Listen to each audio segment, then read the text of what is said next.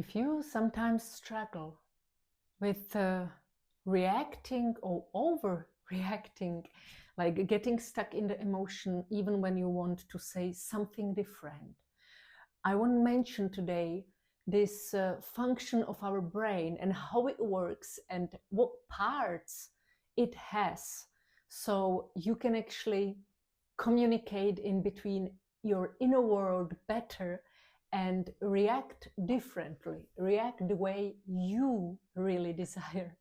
So let's do that. In this modern Western world, we mainly function in our left brain, and it's logical. In a school, we accent math, and we want children to develop their individualistic ego. And individualistic ego is exactly what is the left brain bringing to us. It's the young one. And the thinking left brain part of our brain is the one who is setting the goals, who wants to achieve, who is telling you, get up, let's move, let's work, let's do, let's achieve. It might be a critical over you, but if it's the healthy one, then it's actually like pushing you towards, which is not a bad thing. And you can imagine this part of yours as a personality. In my case, I called her perfectionist because I really need the things to be like very detailed, very well done if it's possible. So you can actually describe how your left ego one looks like. What does it ask you to do? How does it react on situation? Is it really pushing you hard to work like 16 hours a day? Or it simply says you have to study, you have to wake up, you have to do. Then in the left brain, there is this emotional one as well. And they often, the neuroscientists called it the traumatized one. Because as the left brain is very strongly connected with the time, linear time, past, future, then the emotional one, in my case, it's a protector. The protector holds old wounds, and we all have some. We all lived through something which was maybe unfair or maybe too hard for us, and it's stored in this emotional traumatized left part, which says, I don't want that thing to happen again to me, so I will protect you. And I say emotional one because you can recognize that you are functioning from this part of the brain when you are crying, or when you are angry, or when you are really being harsh with the words because you don't want something to happen and you are setting maybe boundaries like too strictly. Because the emotional part, being traumatized, is very often not acting in the healthiest way. And yes, as I mentioned, we all have it. We might be taking care of it. With this video, I'm trying to show you how you can reconnect and make communication in between these parts of yours. So it's also one of our parts that we cannot just diminish or just lock somewhere and tell her not to express itself ever again. Then the right part of our brain is the one that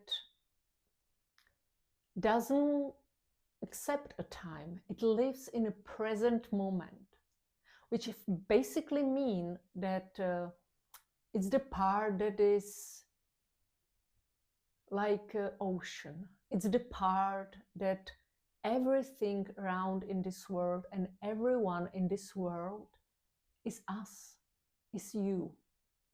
So it's the part which understands and holds compassion. So the emotional one, in the right hemisphere, in my case, little happy horse.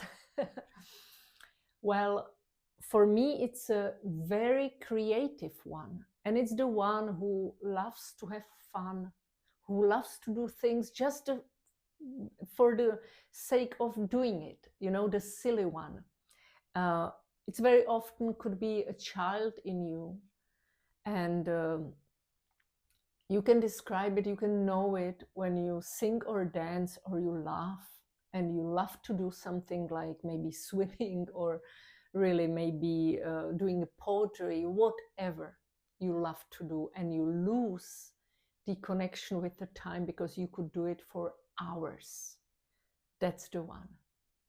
And again, because we are very often operating from the left brain part, this one is very, very important because it's bringing you aliveness. It's bringing you light, a life energy. So when you are in the working part one, in the ego, and you work, and then you get exhausted because this part, the ego part, doesn't want to give 15 minutes to the silly one. But the silly one can actually tell to your part, oh, come on, if you give me 15 minutes, I will relax you. The back pain will go away. You will feel refreshed. You will get better ideas. You will get ideas that you cannot figure it out when you are only in the rational ego part. So it's really worth it to switch in between the brains and to give a word to everyone inside of you. Last one, not the least one, is the right part, rational part, the right hemisphere part, thinker. And in this case, it's the wise one. Wise because this one holds in most of us the objectiveness, the peace, calmness, and it knows solution when most of the other ones have no clue. It can bring you the step back on the situation and tell you, oh, you can just give up, or you can just leave. You always have solution. There are always steps that you might not see when you are in the left one. So come on, come in here into the right part of me, and let me tell you the solution. So what I'm trying to say is that all of your parts are very important. And you might ask, if you describe them, in which one you are operating most. And then really think, oh, I could, during a day, give some space to the wise one or to the child one. I can do 10 minutes of meditation, or I can do the journaling, or I can really just go and jump. So please let me know down in the comments, how are your parts? How do they look like? What expression and what world in your world do they have? And yes, I was thinking also, like, why can we not stay in the right part forever? But if you would be in the child one, in the happy one all the time, and it doesn't have a time, I probably wouldn't pick up my daughter from a kindergarten because I would forget the time. If we would be operating only from meditated one, we wouldn't do anything else, just sit and breathe. So really switching in between all four of them is the stability bringing path. Thank you.